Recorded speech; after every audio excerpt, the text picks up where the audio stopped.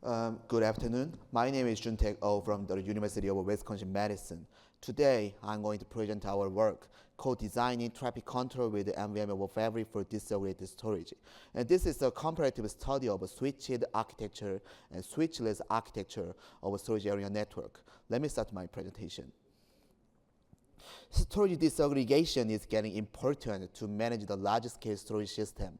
Storage disaggregation is a technique decoupling a storage node from a compute node.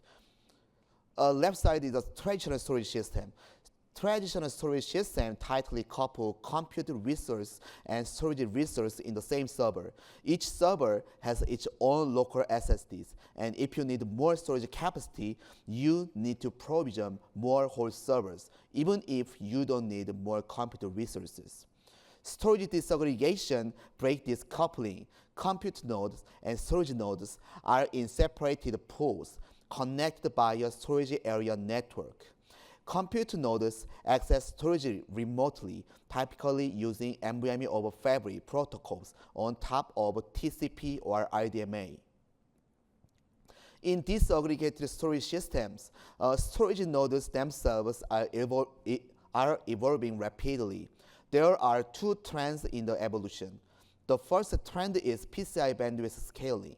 A modern server like the Dell R7725 supports 256 PCIe Gen 5 lanes. It provides up to 1 terabyte per second of internal bandwidth, and Gen 6 and Gen 7 are already on the horizon. The second trend is form factor. In the traditional 2.5-inch form factor, only 10 SSDs can be packed in one new server. However, the industry is shifting from traditional 2.5-inch SSDs to the more compact EDSFF form factor. In the same one rack unit space, you can pack 32 E1.S drives. That's about 3 times the density of a conventional 2.5-inch drives. Combined, these two trends mean storage nodes are getting denser and faster every year. With these dense storage nodes, the industry has developed two distinct architectural responses. The first is the switched SAN. This is a scale-up approach. Storage nodes connect to the central high-radius 400 or 800 gigabit Ethernet switch. This is simple, and it provides high performance, and it is easy to deploy. But these switches are prohibitively expensive. It often costs more than the storage nodes themselves. The second is a switchless SAN. This is a scale-out approach. Each storage node has a small, low-radius adapter, and these adapters interconnect directly in a mesh or torus topology. This is much cheaper and more adaptive and more offer multiple passes between any two nodes, but it introduces multi-hop forwarding, and the switching is opaque to the storage stack. This brings us to the main question of our work. Which architecture is more suitable for storage disaggregation, switched architecture or switchless architecture? Before answering the question, we first need to understand how NVMe-oF Fabric traffic actually behaves. We find 3 characteristics in NVMe-oF Fabric. The first one is that network round-trip time is much smaller than storage round-trip time in NVMe-oF Fabric. We broke down end-to-end I/O latency into 3 components: end-host processing, in-network transmission, and SSD access. These two graphs show the latency breakdown result in random read and sequential write respectively. Y-axis is the latency in microsecond, and x-axis is the I/O size. In random read, the in-network portion is very tiny. On average, it accounts for only 4.8% of total random read latency. In sequential write, it accounts for only 12.7% of total sequential write latency on average. In both, more than 90% of a portion is SSD access. SSD access is the most dominated portion in the total latency. So it means that adding a few extra hops to the network has minimal impact on overall I/O performance. Our second observation is NVMe over fabric traffic is fundamentally pairwise and asymmetric. Every NVMe over fabric request guarantees a paired response. A read command is followed by the data transmission, and a write of data is followed by the acknowledgement, the I/O completion. And these pairs are dramatically different in size. The graph shows the ingress bandwidth and the egress bandwidth in random read and sequential write respectively. Y-axis is the bandwidth in megabyte per second, and x-axis is the I/O size. For random read, a 64-byte command goes in, but kilobytes or even hundreds of kilobytes of data come out. We measured much more egress traffic than egress traffic there. And in the sequential write, it shows that the same case in opposite way. Large data goes in, and a small acknowledgement, the I/O completion, comes back. It means that the traffic is predictable in NVMe over fabric, and there is a room to proactively allocate the bandwidth. Our last observation shows that the network performance is severely affected by the storage performance. We adjust the performance of SSDs by mixing read and write and by fragmenting SSDs. The graph in the left side shows the result in mixing case. Y-axis is the bandwidth in megabyte per second, and x-axis is the read ratio. Mixing read and write dropped the throughput up to 356 megabytes per second when the read-write ratio is 50%. And the graph in the right side shows the result in the fragmentation case. Y-axis is the bandwidth in the megabyte per second, and x-axis is the I/O size. A fragmented SSD delivers about 26% less bandwidth than a clean SSD. From this result, we see that when the SSD slows down, requests pile up at the storage queue. That queue eventually propagates backward into the network. Due to this backward propagation, it fills up the switch buffers, and other IOs heading to the healthy and clean SSDs get blocked too. So it means that the NVMe over fabric performance is determined by the minimum performance between a network and a traffic control mechanism. Determined by the minimum performance between a network and a storage. And a traffic control mechanism should consider the SSD status too. From these observations, we found that existing traffic control mechanism in the NVMe over fabric is not suitable for storage. To compare the switched SAN and switchless SAN fairly, we have to build the traffic control mechanism which is suitable with NVMe over fabric. Our three observations directly inform three co-design principles. From observation 1, the network delay is small.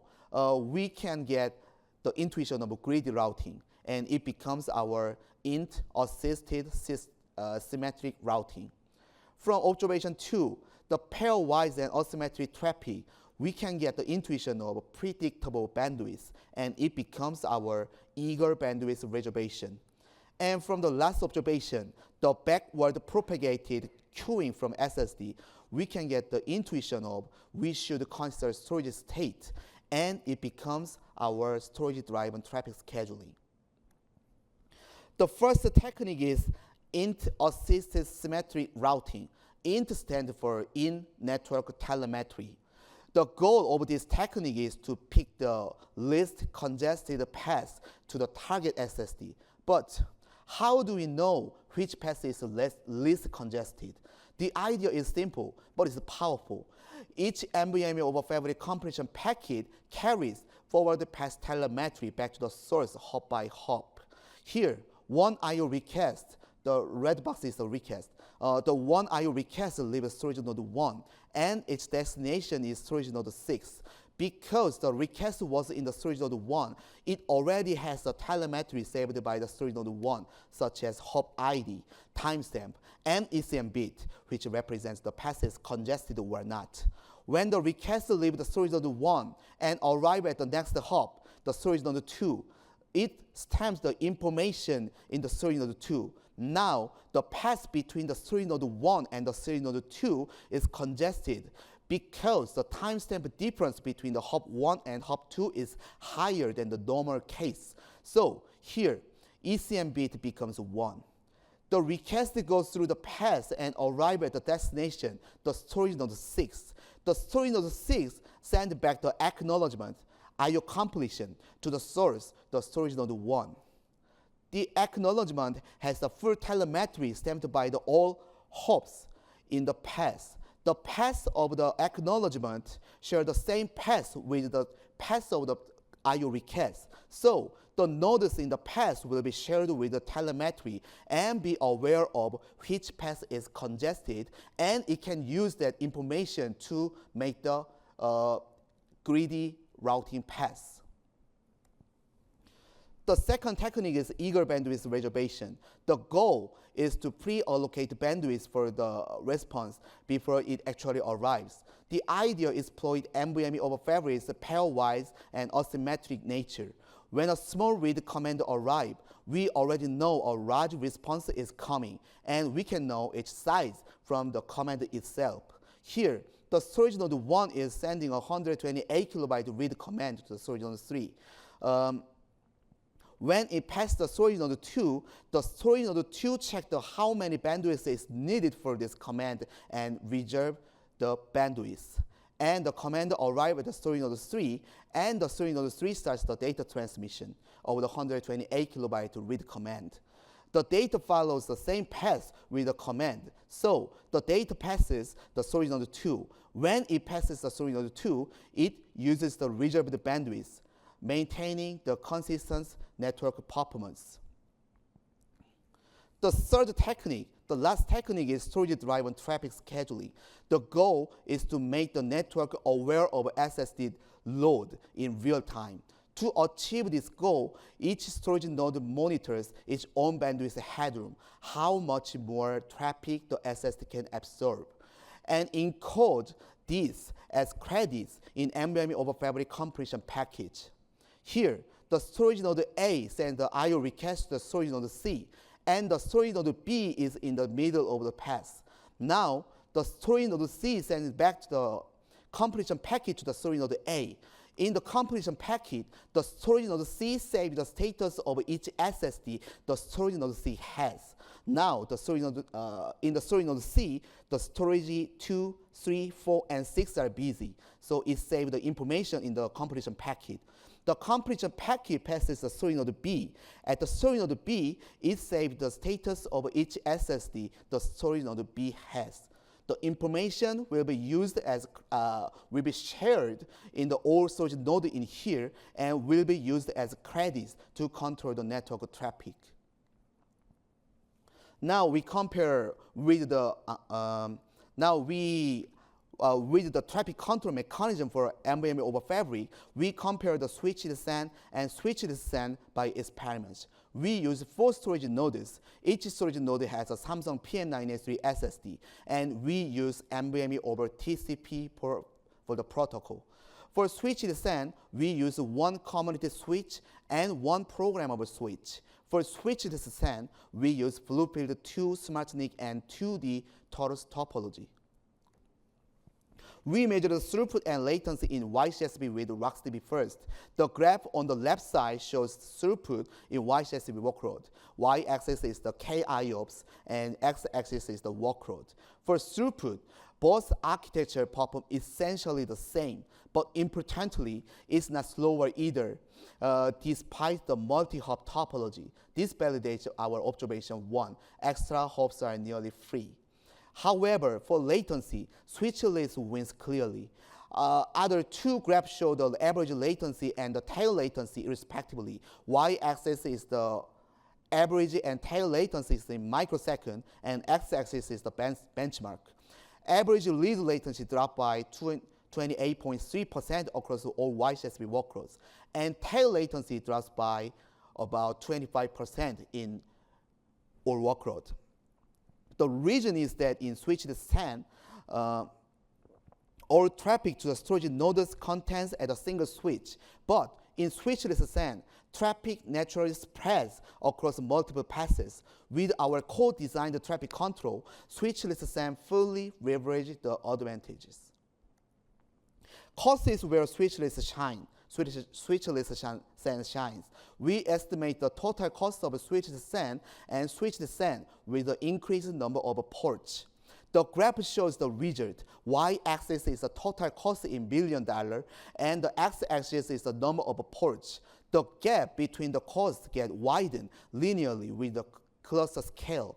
At the end, when the number of ports are 1,000, switchless SAN achieve 50.5% capital savings. We have more evaluation, and you can check the paper for the details of the evaluation and for other workloads. Storage disaggregation becomes popular and widely deployed. In this work, we identify NVMe over fabric characteristics. The network round trip is much smaller than storage round trip time, and the NVMe over fabric traffic is pairwise and asymmetric. And the network performance is affected by backward propagated queuing from SSDs. Based on this observation, we co-designed 3 traffic control techniques for the NVMe over fabric.